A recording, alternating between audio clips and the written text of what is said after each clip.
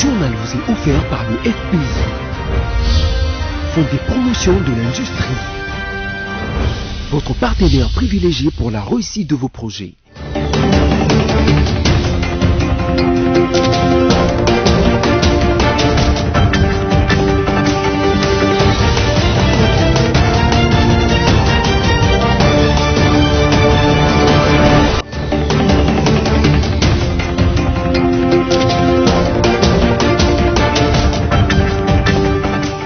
Mesdames, Messieurs, bienvenue à cette édition rétrospective. Voici le sommaire. En sa qualité de président de l'Union africaine, le chef de l'État de la République démocratique du Congo, Félix Antoine Tshisekedi Tshilombo, a exigé au cours de cette semaine finissante la libération du président de la transition malienne ainsi que de son vice-président incarcéré par la junte militaire. Et puis tout au long de cette semaine, les fidèles kimbanguistes ont célébré le 25 mai la Noël, marquant la naissance de leur chef spirituel Simon Kimbangu. Une marche de soutien à Vital Kamerhe, ancien directeur de cabinet du chef de l'État Félix Antoine Tshisekedi Tshilombo, a été dispersée vendredi 28 mai 2021 par la police à Kinshasa. « 58 ans de notre organisation continentale, l'Organisation de l'Unité africaine, devenue l'Union africaine, nous ressentons en tant qu'Africains une fierté légitime et une profonde admiration pour les pères fondateurs qui, avec détermination et lucidité, ont donné corps à cette architecture continentale, symbole d'une Afrique unie et forte. En effet, comment ne pas saluer la pertinence de leur vision panafricaniste ayant conduit le 25 mai 1963 à Addis Abeba à la création de l'Organisation de l'Unité africaine, OUA. Celle-ci était destinée à rassembler les peuples africains pour faire face ensemble aux défis qui les attendaient au lendemain de la décolonisation. Héritière de sa devancière, l'Union africaine ne surgit guère du néant. Sa filiation certaine au panafricanisme réside fondamentalement dans l'objectif d'autodétermination des peuples africains. À la lumière d'innombrables défis qui se dressent devant nous, cette vision dont nous percevons encore plus clairement le bien fondé de nos jours doit véritablement assurer la pleine participation des peuples africains au développement et à l'intégration économique du continent. En effet, forts de leur potentiel humain et de leurs ressources naturelles, nos États doivent mutualiser leurs efforts pour relever les défis qui engagent le sort de nos peuples, à savoir l'éducation, la sécurité alimentaire, la santé, l'emploi, les droits humains, l'alternance démocratique, l'environnement, la valorisation de notre culture et la préservation de notre patrimoine, la promotion de la recherche scientifique et de l'innovation technologique comme fer de lance du développement. La gouvernance de nos États devrait résolument s'inscrire dans des challenges renouvelés pour stimuler le développement du continent. À travers une déclaration publiée sur le compte officiel de la présidence de la République démocratique du Congo, le président congolais et président en exercice de l'Union africaine Félix Tshisekedi condamne l'arrestation du président malien Ba Nidau et de son premier ministre Mokhtar Ouane, appelant à leur libération immédiate et inconditionnelle. Il s'y est de signaler que le président congolais et en exercice de l'Union africaine, Félix Tshisekedi, condamne aussi toute action visant à déstabiliser le Mali et appelle tous les acteurs de la transition politique malienne à la retenue ainsi qu'au respect de la Constitution. Rappelons que le président malien et son premier ministre de transition ont été arrêtés lundi après la nomination d'un nouveau gouvernement, lequel semble avoir mécontenté le colonel auteur du coup d'État 2020.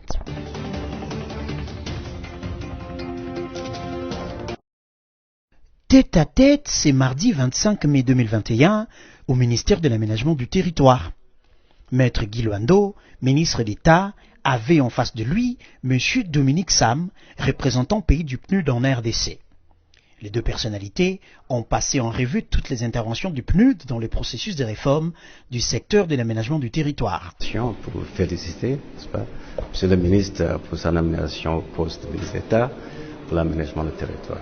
Et on a aussi profité pour faire en revue tout ce qu'on est en train de faire ensemble, l'appui que le PNUD est en train d'apporter au ministère de l'AT pour tout ce qui est comme le processus de politique et de l'aménagement du territoire et les prochaines étapes. D'une manière ou d'autre, on touche toujours aux finances quand on parle de réforme. Mais c'était surtout question comment est-ce qu'on peut mobiliser ensemble le support nécessaire pour le ministère pour continuer à mener à bon port, n'est-ce pas, la politique de l'aménagement du territoire. Une politique qui est très importante pour le développement durable du pays. Je pense que c'est le futur du Congo en termes d'état d'esprit. Je pense que le Congo aujourd'hui a besoin de ce type d'homme avec cet état d'esprit qui se veut réformateur, qui se veut progressiste, qui se veut le bien-être du Congo. Déterminé à doter son secteur des outils et instruments dont il a besoin, le ministre d'État Guy Luando croit dur comme fer que l'aménagement du territoire reste un des secteurs porteurs de développement.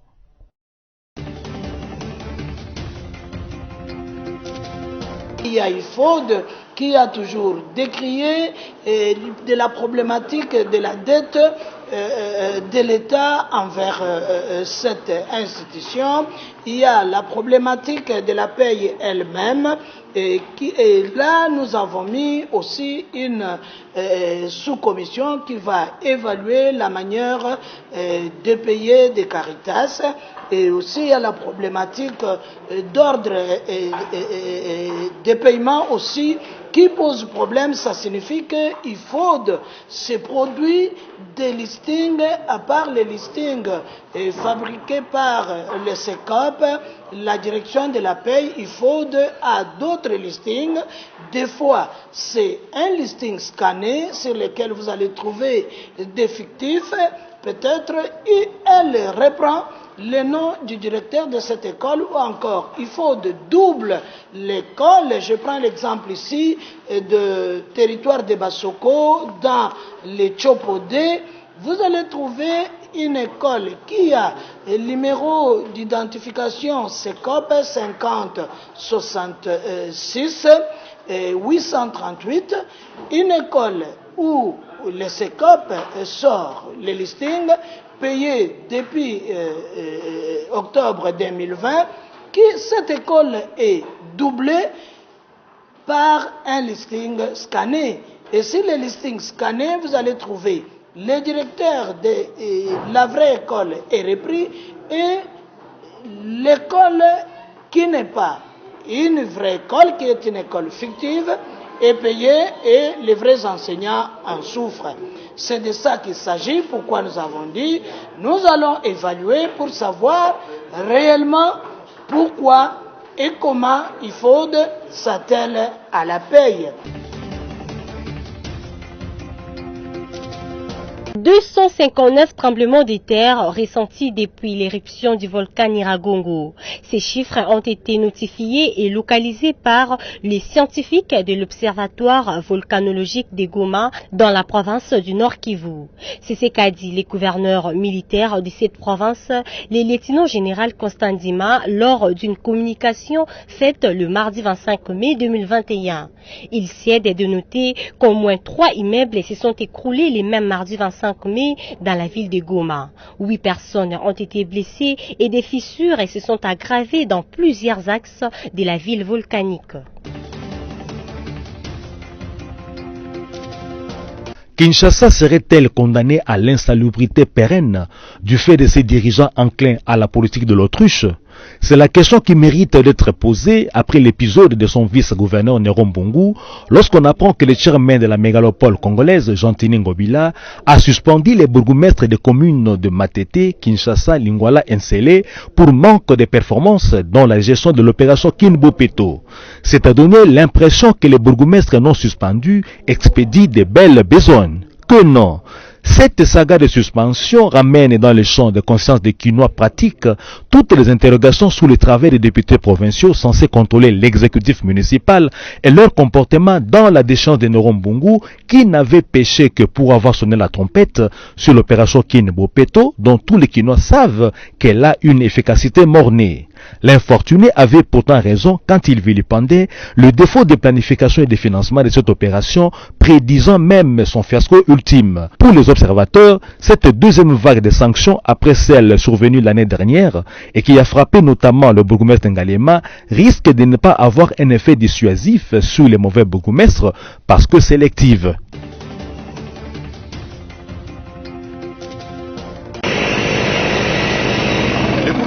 Nyakoundé, Sota, Irumu, Marabo peuvent espérer de retourner dans leur milieu d'origine. Ceci après les opérations militaires menées par les forces armées. Voilà ce qui a conduit ce mercredi le gouverneur militaire de l'Ituri, en tête d'une forte délégation du comité provincial de sécurité, de se rendre sur place pour s'imprégner de la situation face à l'amélioration de la situation sécuritaire dans cette partie de l'Ituri. Le chef de la chefferie de Zandisoma et Rabomangiliou s'engage de sensibiliser ses miliciens à quitter la brousse. Les histoires ont commencé chez moi.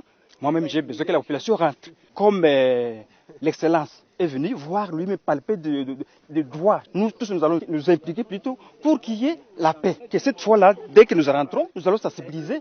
Et s'il y a des infiltrés, on les dénonce. S'ils sont plus nombreux que nous, par exemple, nous allons, nous, population, nous retirer pour qu'ils restent. Alors, dès que nous allons retirer, je pense que la force loyaliste sera aussi informée. Pour sa part, le gouverneur militaire de l'Ituri se veut rassurant pour le lieutenant général Luboyanka Shomadjoni. Toutes les dispositions sont déjà mises en œuvre par le commandant suprême Félix Antoine Tshisekedi Tshilombo pour imposer la paix et restaurer l'autorité de l'État dans cette partie de l'Ituri afin de permettre le retour de la population dans leur village. Parce que le commandant suprême, qui avait toutes ces informations, nous a donné mission pour que cela s'arrête et pour que les bonnes gens soient sécurisés, parce que les mauvaises, c'est toujours un petit nombre. Voilà pourquoi est-ce que nous sommes descendus ici avec toute mon équipe que vous voyez là-bas. Nous allons nous réunir pour que dans le plus bref délai, on puisse rentrer la population. Aux groupes armés nationaux et étrangers, le lieutenant général Luboya Kashama Johnny réitère son message de la désolidarisation. Les enfants doivent se désolidariser de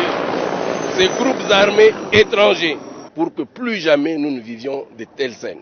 Partout où il est passé, le gouverneur militaire de l'Ituri a appelé la population à l'unité, au patriotisme pour le développement de leurs entités.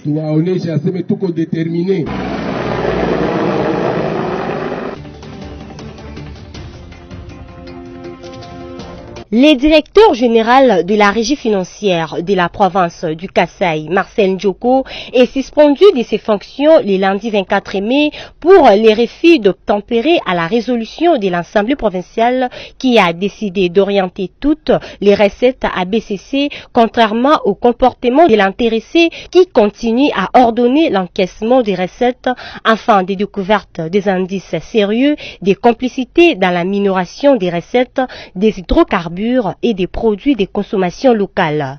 Cette décision était prise par le vice-gouverneur et gouverneur intérimaire du Kasaï, Gaston Kole-Timwanga. Le gouverneur intérimaire a ouvert une action disciplinaire à charge du DG Marcel Ndjoko qui a 5 jours pour présenter ses moyens de justification écrite.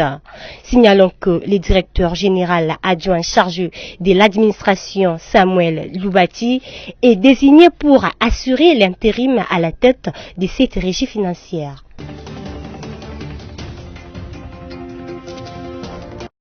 Pendant la saison de pluie, on assiste à des inondations qui rendent très difficile la circulation.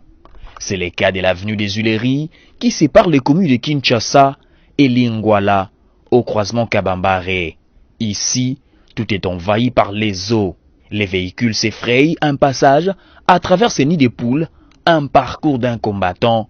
Il faut faire 2 minutes pour qu'un véhicule se débrouille petit à petit pour passer. Autre problématique, c'est celle des caniveaux bouchés. Des nids de poules empêchent l'évacuation des eaux de pluie. Cet état de route occasionne la stagnation des eaux. Cependant, les autorités provinciales et locales sont appelées à répondre aux cris d'alarme de la population de ces coins. Mais aussi, les Quinois devraient à leur tour entretenir régulièrement les caniveaux qui aujourd'hui servent de dépotoirs pour faciliter les passages des eaux qui peuvent être à la base de la destruction des routes.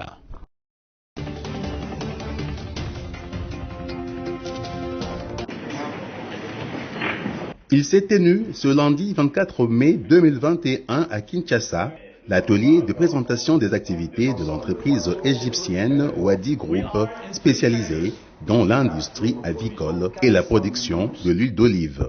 Des assises organisées à l'initiative du Fonds de promotion de l'industrie FPI et présidées par le ministre de la Pêche et de l'Élevage, Adrien Bokele. Au nom du gouvernement congolais, le ministre Adrien Bokele a tenu tout d'abord à saluer le partenariat existant entre le FPI et les entreprises égyptiennes sous la facilitation des Egyptian African Arab Consortium for Development IGAD en vue de matérialiser la vision du développement sud-sud entre la République démocratique du Congo et l'Égypte. Wadi Group est en RDC pour mener les études de faisabilité pour une structuration du secteur avicole. Ainsi dit, les activités à entreprendre dans le cadre de ce partenariat vont concerner le renforcement des maillages de l'économie nationale en vue de son intégration et sa résilience au choc externe. Nous serons ensemble. Nous allons les accompagner. Nous allons faire ce que nous devons faire pour que finalement, en tout cas, ces projets voient le jour et que les dividendes soient perçus non seulement par nous, mais aussi par la population tout entière. Tony Freiji est le président exécutif de Wadi Group. L'objectif, en tout cas, de notre visite ici, de notre mission, mais surtout aussi de la réunion que nous avons ici, c'était pour venir aider, en tout cas, la République démocratique du Congo, d'essayer de commencer ce secteur de la volaille, mais de commencer ça sur des vrais fondements durables. En tout cas, nous partageons la même vision que le FPI, où nous disons que la RDC a tout ce qu'il faut pour être vraiment le moteur de développement, même dans le secteur de la volaille en Afrique. Et Wadi est vraiment disposé et nous sommes prêts à aider la RDC à atteindre ses objectifs. L'atelier a connu la participation de plusieurs ministères et autres institutions du pays.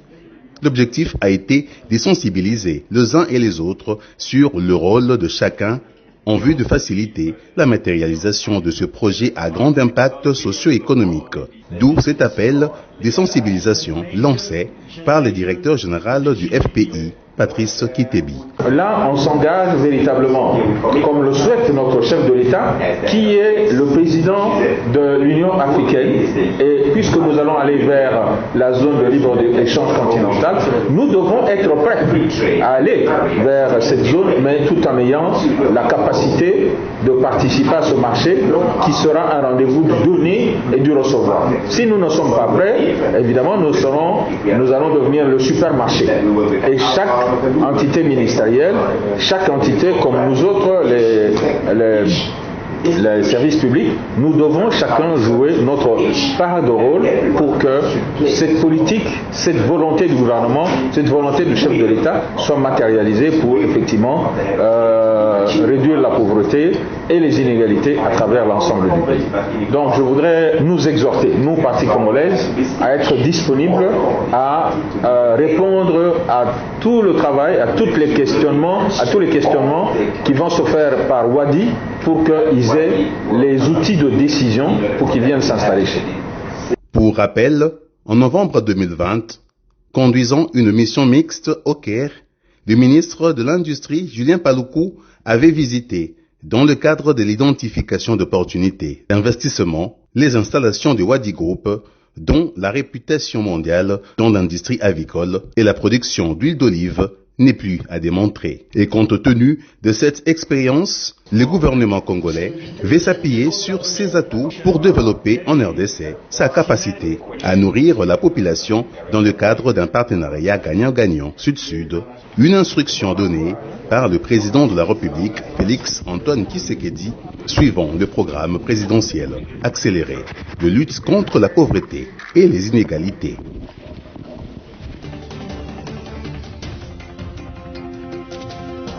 structurelle entre la République démocratique du Congo et le Japon, en commençant notamment par la reprise de l'octroi, comme par le passé à notre pays, de l'aide alimentaire de Don Henry, destinée exclusivement à la vente par le ministère du Plan, afin de constituer pour le financement de micro-projets de développement communautaire prioritaires. C'est ainsi qu'en date du 13 décembre 2019, au ministère des Affaires étrangères, il a été procédé à la signature de l'accord de don, appelé échange de notes, des montants de 500 millions de yens, environ 4 700 000 $ américains, pour l'acquisition de 7 994 tonnes métriques de riz, dont le navire a accosté ici, au port de Matadi, avant-hier dans la soirée. Dans ce protocole d'accord de don, le gouvernement congolais s'est engagé, comme les années antérieures, à exonérer ces riz et à prendre en charge tous les autres frais pour le déchargement rapide et la livraison du riz aux opérateurs économiques du secteur retenu ayant rempli les critères de sélection. Nous sommes très contents de constater aujourd'hui que pour la première fois, le gouvernement congolais, par l'intermédiaire, avec le leadership du Premier ministre, le ministère des Plans a honoré ses engagements en ce qui concerne les frais. Je pense que c'est une première, le directeur pourrait me compléter là-dessus. Alors, vraiment, félicitations.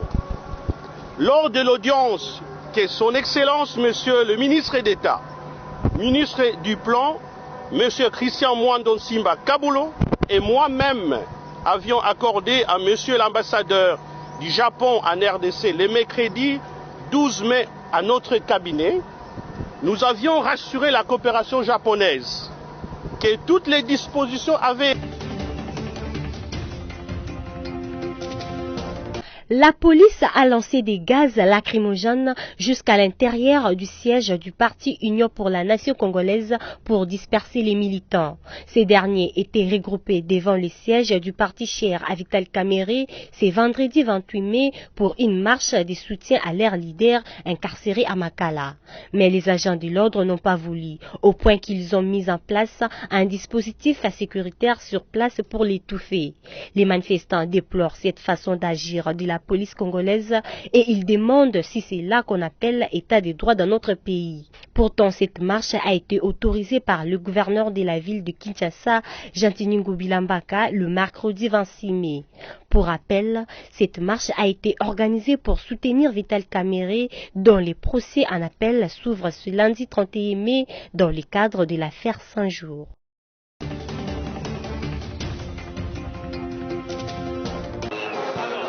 Les 25 mai de chaque année, le fidèle kimbanguiste d'à travers le monde célèbre la fête de la Noël. Pour cette année 2021, la manifestation s'est passée sans le carnaval suite au problème d'insécurité qui prévaut à l'est de la République démocratique du Congo. Toutefois, l'ambiance festive a été plus que visible à Kinshasa, où les fidèles de cette communauté se sont retrouvés au centre d'accueil de Sayo dans la commune de Kassavubu pour exprimer leur joie.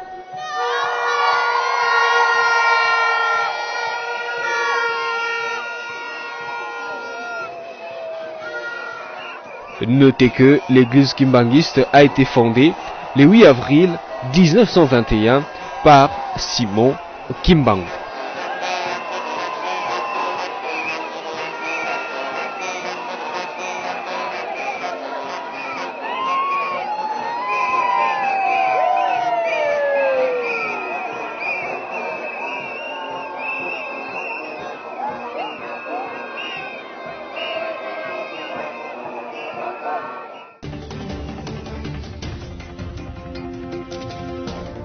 Comme on pouvait s'y attendre après le verdict du jury disciplinaire de la Confédération africaine de football sur la dénonciation de l'éligibilité du joueur Kiako Kangane Digelor Kangakaku faite par la FECOFA, l'instance fêtière du football congolais a interjeté l'appel à la CAF en réaction à sa décision rendue mercredi 26 mai. À encore le site de la direction du football congolais, elle a interjeté l'appel conformément aux articles 54 et 55 du code disciplinaire de la CAF. La FECOFA indique en outre qu'elle ne compte pas s'arrêter au niveau de la CAF. La partie congolaise se réserve même le droit d'amener cette bataille au niveau des instances supérieures comme le TAS pourvu qu'elle obtienne justice. Au cas où la RDC n'obtient pas gain et cause à la CAF, a garanti la FECOFA, elle saisira les instances supérieures concernant ces dossiers d'usurpation de la nationalité congolaise. L'on rappelle que le jury disciplinaire de la CAF a rejeté purement et simplement la plainte de la FECOFA au sujet du joueur Gelor Kanga qui l'oppose à la Fédération gabonaise de football. C'est là après avoir examiné tous les documents relatifs lors de ces réunions tenues le 9 et le 24 mai.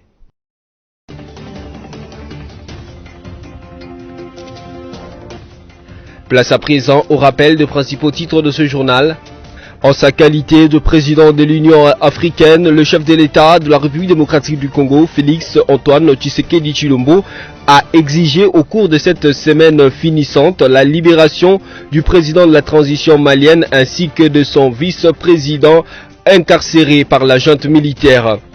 Et puis tout au long de cette semaine, les fidèles kimbanguistes ont célébré le 25 mai la Noël marquant la naissance de leur chef spirituel Simon Kimbangu. Une marche de soutien à Vital Kamerhe, ancien directeur de cabinet du chef de l'État Félix Antoine Tshisekedi Tshilombo, a été dispersée vendredi 28 mai 2021 par la police à Kinshasa.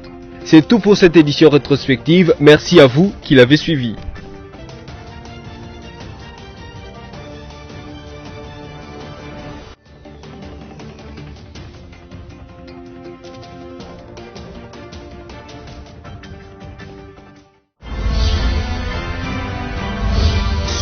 Vous a été offert par le FPI, Fonds des promotions de l'industrie, votre partenaire privilégié pour la réussite de vos projets.